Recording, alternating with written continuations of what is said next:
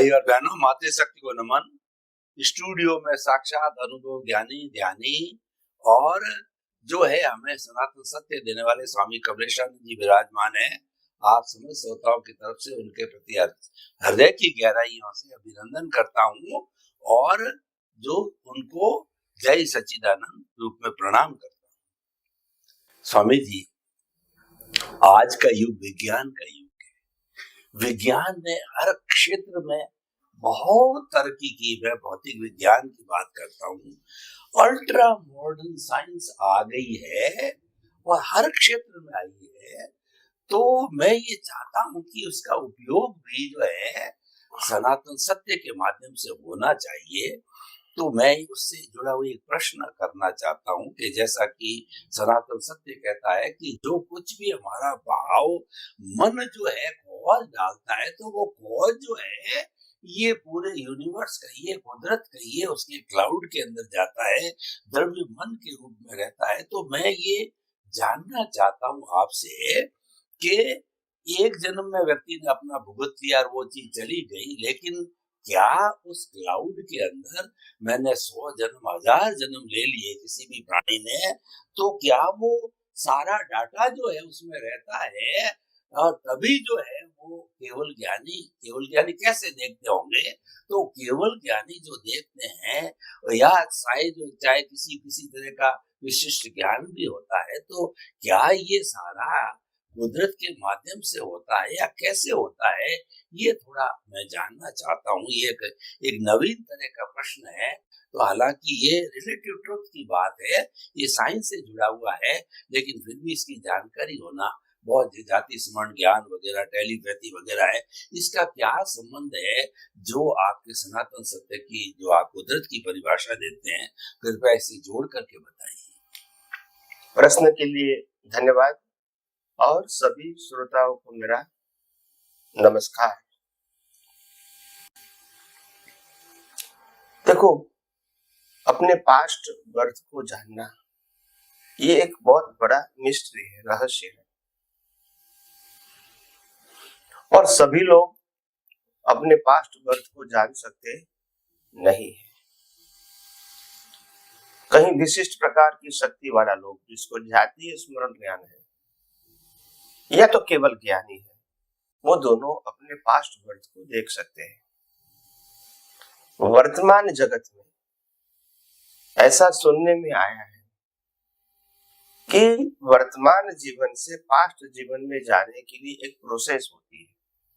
वो प्रोसेस से भी आप अपने पिछले भव में या उसके पिछले भव में जा सकते हैं, ऐसा हमने सुना है। अनुभव तो नहीं किया है, मगर सुना है। मैं ऐसा मानता हूं कि ये एक विशिष्ट प्रकार की शक्तियां हैं, और अगर किसी के पास होती है तो वो जान सकते हैं, मगर इससे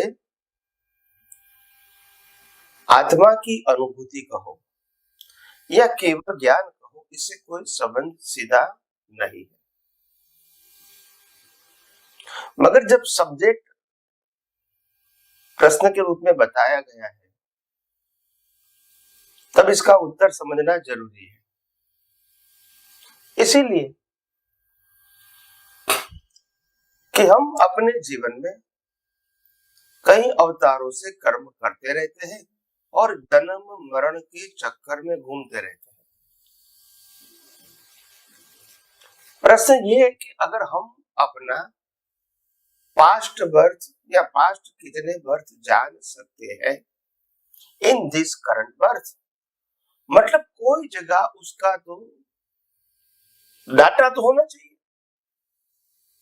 फिर सब्जेक्ट आता है कि मैं उसको ओपन करके देखूं, मगर डाटा ही नहीं है तो कौन ओपन करेगा? जैसे व्यवहार में कोई भी चीज हमने बनाई है, इसको रिकॉर्ड किया और सेव कर दिया हमने कंप्यूटर में या मोबाइल में, वो हम जब चाहे तब ओपन करके देख सकते हैं। वो डे टू डे लाइफ में देखने में डिस्टर्ब नहीं करती। जब भी चाहो तो हम स्क्रीन के ऊपर रीओपन करके देख सकते हैं और बाद में हाइड भी कर सकते हैं स्टोरेज में डाल के। तो कहने का मतलब यही प्रक्रिया साइंटिफिक कुदरत के पास भी है। और डिलीट किया हुआ वो नहीं मिलेगा, डिलीट किया हुआ नहीं मिलेगा। मगर बात ये, वो तो बात सही है कि डिलीट किया हुआ नहीं मिलेगा, मगर कुदरत कहती है कि हम डिलीट क्यों करेंगे, अनलिमिटेड हमारे पास जगह। या और दूसरी बात ये है कि कर्मों का जो पैकेज है उनके लिए जो स्पेस चाहिए वो इतनी सूक्ष्म स्पेस होती है, आपकी कल्पना नहीं होगी। मैं आपको स्थूल एग्जांपल से उसको समझाने की कोशिश करता हूं। एक जमाना ऐसा था कि आपको 1 GB का रिकॉर्ड करना है तो उनके लिए बहुत बड़ा साइज का रिकॉर्ड होता है, बिग साइज, जिसमें 1 GB आप रिकॉर्ड कर सकते हैं।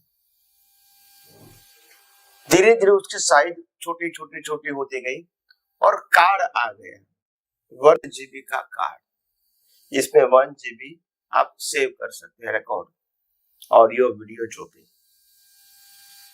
बाद में वही कार्ड माइक्रो आया,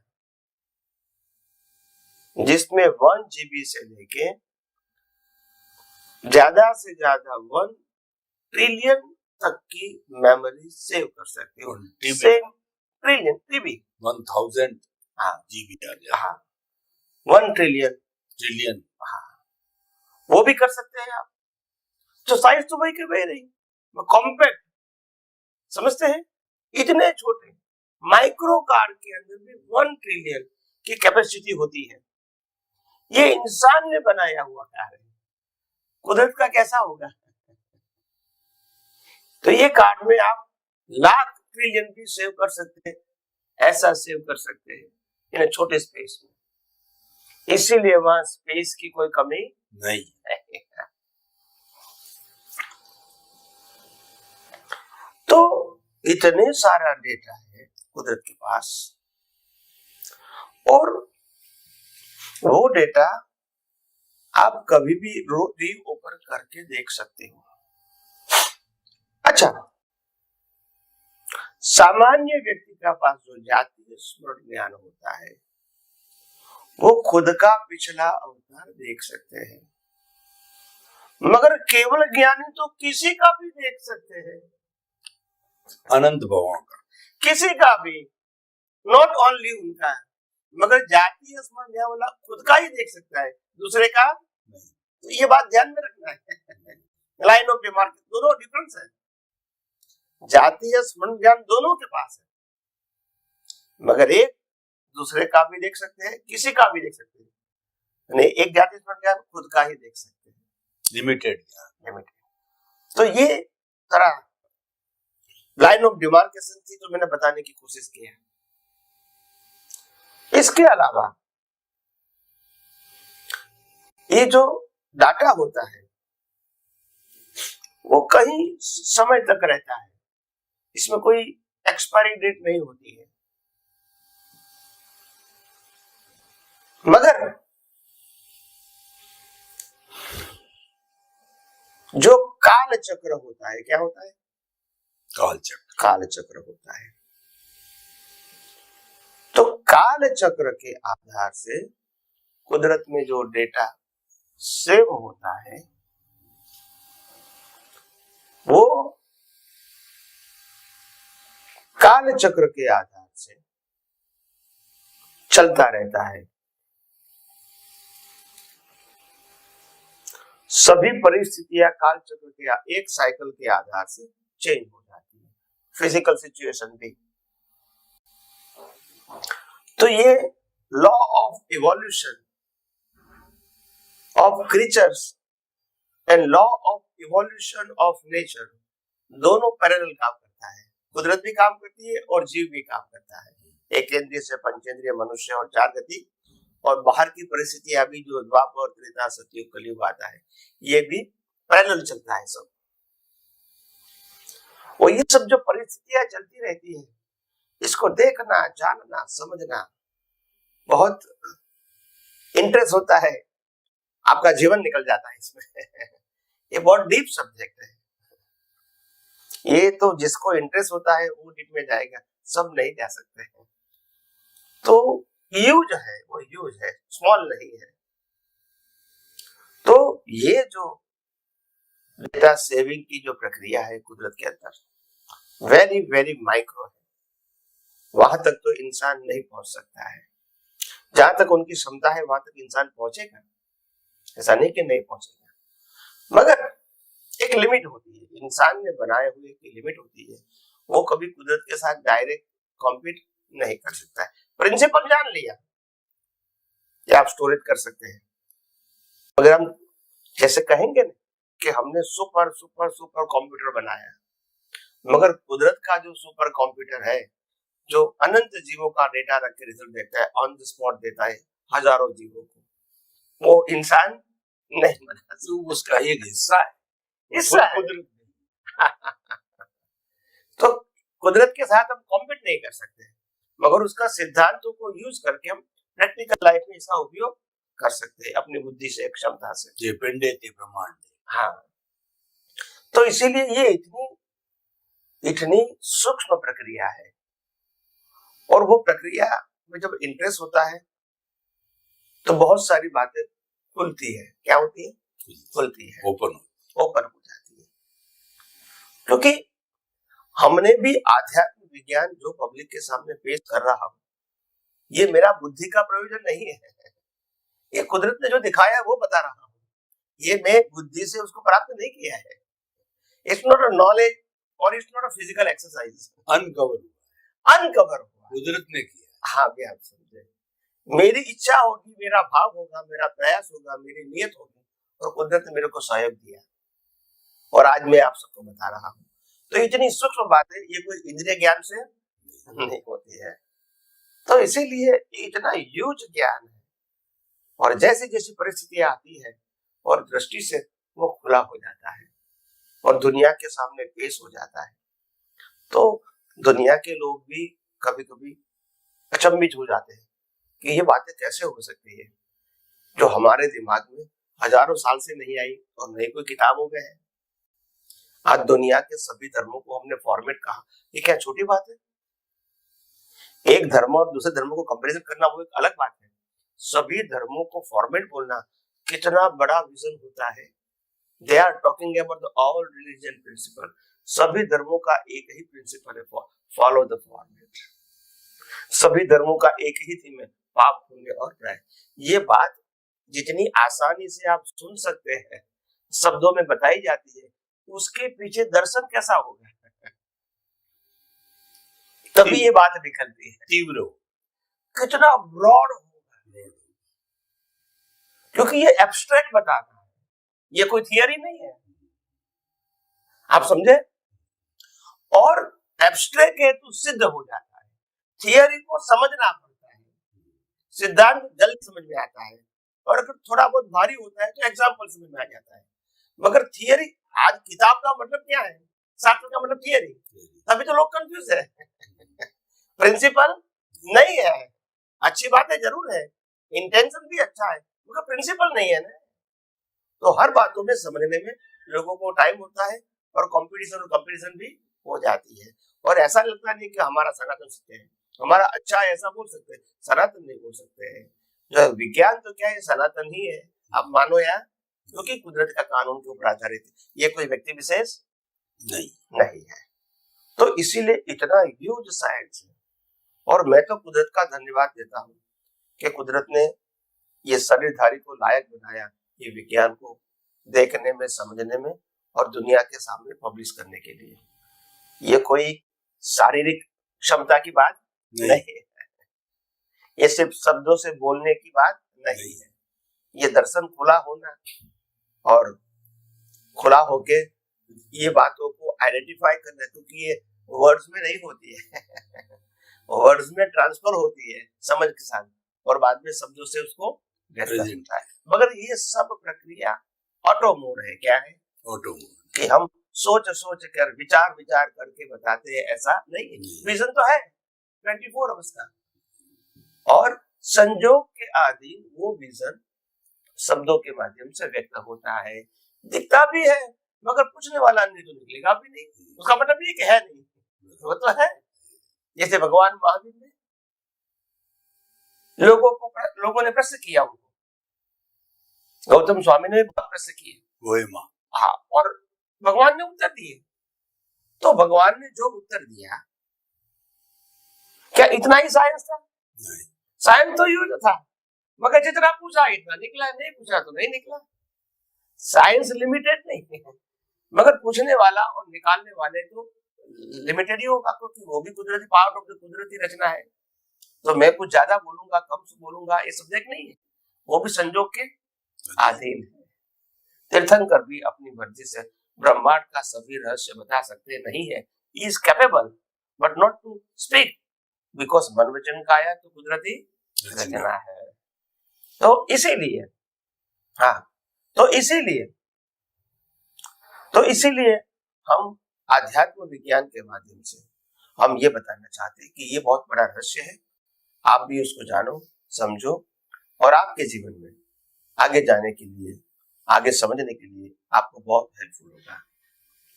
धन्यवाद। स्वामी जी, आपका बहुत बहुत धन्यवाद। आपने बहुत सुंदर बात बताई कि सारा जो है ये डाटा है, ये कुदरत के अंदर इकट्ठा होता है, और वही से जो है वो द्रव्य कर्म के रूप के अंदर होता है। भाव कर्म हमारा, द्रव्य कर्म कुदरत के अंदर जाकर के कन्वर्ट होता है, और वही सारा अनलिमिटेड डाटा है। जितने जितने बड़े ज्ञानी पुरुष होते हैं, केवल ज्ञानी होते हैं, तो कई कई जन्मों का देख लेते हैं। यानी ये सारा कुदरत का सब विवरण है। आपने बहुत सुंदर तरीके से बताया। आपके प्रति बहुत बहुत कृतज्ञता ज्ञापित करो। स्वामी जी, थोड़ा सा समय बचा है, इसमें से कंफ्यूजन है, वो कंफ्यूजन इस बचे हुए समय से निकालना चाहता हूँ कि आपने बताया कि जो भाव कर्म हम बनाते हैं, कॉजेज को, बंच ऑफ द कॉजेज को इकट्ठा करके, वह कुदरत के अंदर जाता है। लेकिन जब हमारी आत्मा जो है एक शरीर से दूसरे शरीर जाती है, वो अज्ञान बिना जा नहीं सकती। चाहे कॉजल बॉडी कहो, चाहे अज्ञान कहो, चाहे भाव मन कहो, क्योंकि अभी तक तो भाव मन ही उसके पास में, जब तक उसके साथ में नहीं रहती है तब तक वो इस शरीर से दूसरे शरीर में जा नहीं सकती, वही ले जाने वाला फोर्स है। तो आपने बताया कि वो द्रव्य कर्म के रूप में क्लाउड के अंदर चला गया, तो अब तो प्योर आत्मा बच गई पीछे, तो फिर वो तो गति कर ही नहीं सकती, वो तो मुक्ति में जाएगी। तो फिर वो संसार में ये थोड़ा ये मिल नहीं रही है बात, तो कृपया इसको मिलाइए। प्रश्न के लिए धन्यवाद। थोड़ा संक्षिप्त में बताऊंगा। देखो, ये बहुत बड़ा रहस्य था जब ये विज्ञान नहीं खुला था तब, और इसीलिए आध्यात्म विज्ञान ने साफ बता दिया, अंतस्करण कैरी ऑन होता है, सो स्पीच और एक्शन का भी कुदरत में जाता है। तो अंतस्करण है वो सटल है, और सटल जहां जाएगा आत्मा को जाना पड़ेगा, और आत्मा के पास चॉइस नहीं है, सटल जाएगा तो वहां जाना ही पड़ेगा। तो जो अंतस्करण है, अंतस्करण के, क्योंकि वो भाव कर्म है, वो भाव कर्म का जो सेकंड हिस्सा है स्पीच और एक्शन का, वो कुदरत में जाता है। वो कुदरत डिसाइड करता है कि ये सटल को यहाँ जाना है, तो आत्मा को तो जाना ही, आत्मा के पास कोई चॉइस नहीं है। सटल इज इंपॉर्टेंट, और सटल किससे बना है? भाव कर्म की प्रोसेस से, और प्रोडक्शन वहां गया, प्रोसेस तो है, प्रोसेस कैरी ऑन, स्पीच और एक्शन के बीच उधर है, लेकिन भाव प्रोसेसर यहाँ है, प्रोसेसर यहाँ चार्ज है, वो प्रोसेसर डिस्चार्ज में जाता है, वो अंदर है, और कॉज की और स्पीच और एक्शन के बीच जिसके लिए संजोग चाहिए वो कुदरत देंगे। तो प्रोसेसर से तो आपको भुगतान करना है, यहाँ चार्ज प्रोसेसर है, वही प्रोसेसर डिस्चार्ज भुगतान करना है, तो वो कैरी ऑन होता है, और प्रोसेसर ही सटल है। और आत्मा को तो चॉइस ही नहीं है, क्योंकि कुदरत को जोड़ना है साथ में, इसीलिए स्पीच एक्शन जरूरी है, नहीं तो कुदरत से मिलान ही नहीं होगा। तो अगर प्रोसेसर देवलोक में जाता है तो आत्मा को देवलोक में जाना पड़ेगा, नरक लोक में जाएगा तो नरक लोक, आत्मा के पास कोई चॉइस नहीं है। एनीवे, समय की मर्यादा के अधीन हम आगे बात करते रहेंगे और विज्ञान समझते रहेंगे। धन्यवाद। स्वामी जी, आपका बहुत बहुत धन्यवाद। प्रोसेसर जो आत्मा के साथ रहता है वही घुमाता है, उसका शटल जो है, यानी जो स्पीच और एक्शन के बीच कुदरत में जाते हैं, तो कुदरत का भी समावेश हो गया, दोनों मिलकर के अगला जन्म देते हैं। आपका बहुत बहुत धन्यवाद स्वामी जी। जय। आपके प्रति कृतज्ञ। है।